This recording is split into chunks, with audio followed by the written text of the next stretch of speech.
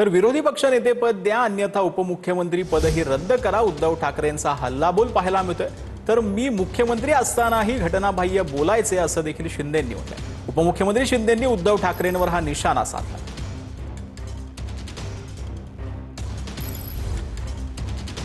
विरोधी पक्षनेते पद हे त्यांनी द्यायलाच पाहिजे। एक वर्ष होऊन गेलं, एका वर्षात सरकारने काहीही केलं नाहीये जाहिरातींशिवाय। दोन्ही सभागृहाला विरोधी पक्षनेते नाहीयेत। एक तर विरोधी पक्षनेते पदाला हे सरकार का घाबरते? एवढे मजबूत सरकार आहे, ज्यांना दिल्लीचा सुद्धा पाठिंबा आहे।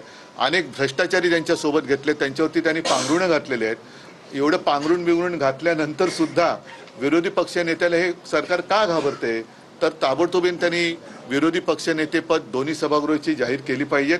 आणि जर तुम्ही आम्हाला कायदे दाखवणार असाल तर मग उपमुख्यमंत्री पद हे तत्काळ रद्द केलं पाहिजे, कारण असं संविधानामध्ये कुठेही तरतूद नाही। आता आपण सांगतात काय उपमुख्यमंत्री पद हे घटनाबाह्य आहे। मुख्यमंत्री पद होतं तेव्हाही घटनाबाह्य। अरे काय तुम्ही या झालेल्या निवडणुकीमध्ये घरात बसून राहिला, बाहेर आलाच नाही। आम्हाला पत्रकार विचारतात महाविकास आघाडी आहे कुठं? बोले महाविकास आघाडी घरी बसली आहे। तिथं मुंबईमध्ये मुंबई सोन्याची अंडी देणारी कोंबडी आहे, तिला पकडून ठेवलंय। तर उद्धव ठाकरे हिरवा साप असून त्यांनी स्वतःचा पक्ष गिळलेला आहे। नरेश मस्केंनी उद्धव ठाकरेंवर ही टीका केली आहे। उद्धव ठाकरेंना झोपेतही एकनाथ शिंदे दिसतात असं देखील नरेश मस्केंनी म्हटलंय। उद्धव ठाकरेंच्या टीकेनंतर नरेश मस्केंनी हे उत्तर दिलं। तिन्ही पक्षाचे नेते एकच आहेत। महायुती म्हणून जे काय ते नावाला त्यांची नावं आणि निशाणे वेगळ्या जरी असल्या तरी त्या त्यांच्या सगळ्या बी टीम आहेत। आणि मी तर असं म्हणेन की त्यांचा मालिक एक आहे। मागे एक शब्द वापरला होता अॅनाकोंडा, त्याचा अनुभव त्यांच्या महायुतीतल्या त्यांच्या मित्रपक्षाने यायला लागलेला आहे की ते त्या दोन्ही पक्षाने गिळल्याशिवाय हा अॅनाकोंडा आता थांबणार नाही। उद्धव ठाकरे यांना झोपेत सुद्धा एकनाथ शिंदे दिसत असतात। मला तर वाटतं त्यांना झोप पण येत नाही। एकनाथ शिंदे यांच्या जे काय अस्तित्व आहे, जी लोकप्रियता आहे, आणि त्या खातर अशा पद्धतीने ते वक्तव्य करतात।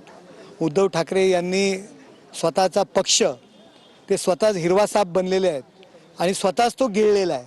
त्यामुळे त्यांनी कोणाला अॅनाकोंडा आणि म्हणण्याची गरज नाही। त्यांनी स्वतःला हिरवा साप म्हणावं आणि त्यांनी स्वतःचा पक्ष गिळलेला आहे।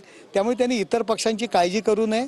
कोण कोणाला गिळतंय, पण तुम्ही स्वतःच्या कृतीने आपला पक्ष कशा पद्धतीने संपवलाय याचं अवलोकन करावं। तर पुण्यामध्ये पवारांच्या राष्ट्रवादीसोबत युतीसाठी अजित पवारच आग्रही असल्याच्या चर्चा आहेत। युतीसाठी अजितदादांनी पवारांचे विश्वासू अंकुश काकडेंना फोन केल्याचं प्रशांत जगतापांचं म्हणणं आहे। पवारांना लिहिलेल्या पत्रामध्ये जगतापांकडून दादांच्या फोनचा खुलासा करण्यात आला।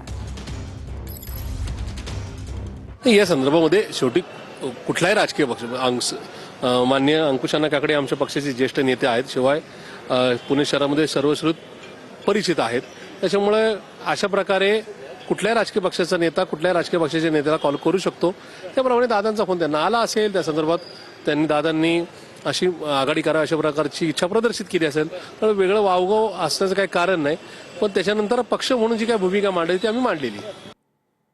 तर पिंपरी चिंचवडमध्ये श्री मोरया गोसावी संजीवनी समाधी परिसरामध्ये अतिक्रमण असल्याच्या आरोपांनंतर नितेश राणे घटनास्थळी गेले होते। अधिकाऱ्यांच्या संगनमतानं अतिक्रमणं होतात, ही अतिक्रमणं तात्काळ हटवा अशी मागणी यावेळेला नितेश राणेंनी केलेली आहे।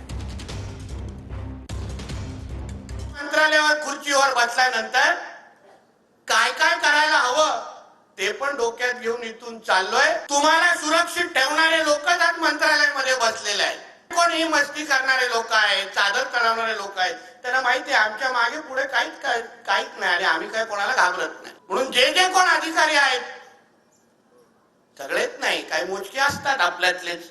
बिर्याणी ज्यांना जास्त आवडतं आमच्या कांदे पोह्यापेक्षा, अशा पद्धतीची अतिक्रमण, अशा पद्धती हे वक्फचं हे नाटक आहे ना। आमचे नरेंद्र मोदी साहेब तिथे वरती बसले आहेत। एकदा जो तो कायदा व्यवस्थित येईल ना, हे सगळं नीट होणार।